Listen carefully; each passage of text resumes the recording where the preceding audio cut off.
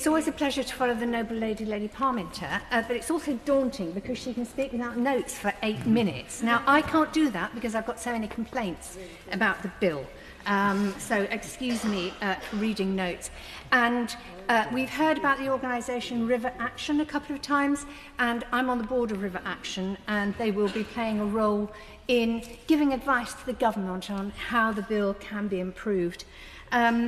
And I know that the noble lady, the minister, knows how much I admire her and how much I trust her as a minister and in her role today.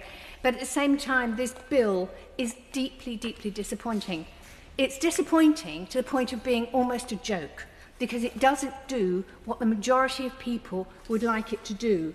It is about the regulation of a capitalist monopoly and the good management of a privatised cash machine that water bill payers subsidise. The money just goes straight out and we don't get a benefit. The bill tries to regulate using the same people and same organisations that have failed for the past 30 years. How can that change? I don't see that that is possible. It also tries to threaten the top people with jail time using the same tools that have been failing to work for 20 years.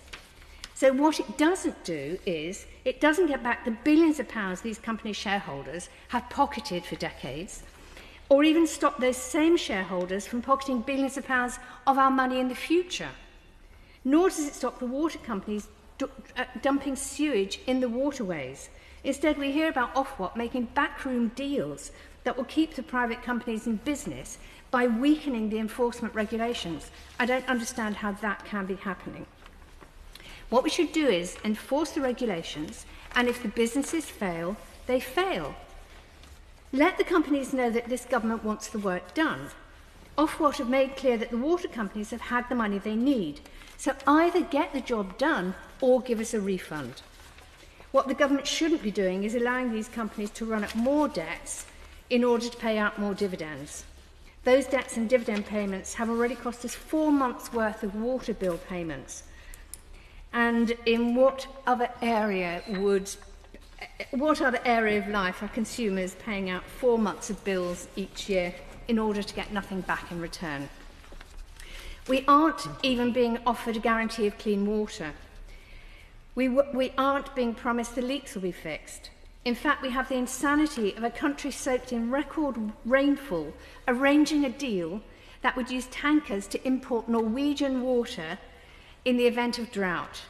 That is so lunatic, I can't even finish my sentence about it. Water, as other people have said, as other noble lords have said, it's a basic of life. We need water. All life needs water. So why is it in private hands and subject to profiteering? Much of this bill is about what happens when a water company fails and goes into a special administrative regime. Now, ministers have said on several occasions that they will not bring water companies into public ownership because of the cost. And they've been quoting a 6-year-old social market report that ignore the very recent calculations by Moody's and S&P credit agencies that these shares are junk. It's a very, very different estimate of how much it would actually cost.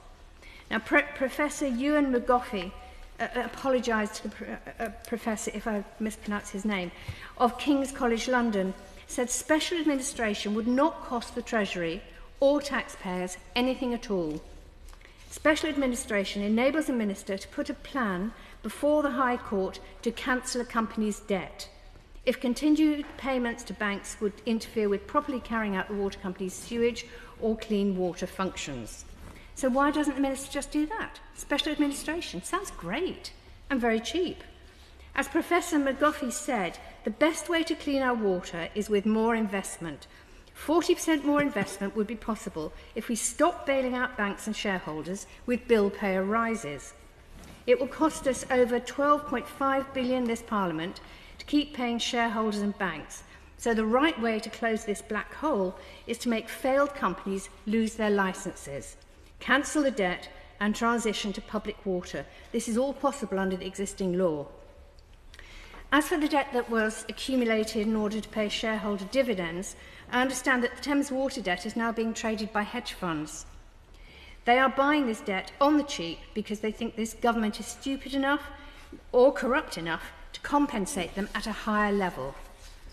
As much as I hate the idea of rewarding the parasites in our water industry with compensation for worthless shares, I dislike even more the idea of hedge fund managers making a profit from a Labour government's ideological rejection of public ownership. So will the Minister give me an assurance that minimal compensation will be paid to the creditors of failed water companies and our water bills will not be used to line the pockets of the hedge funds?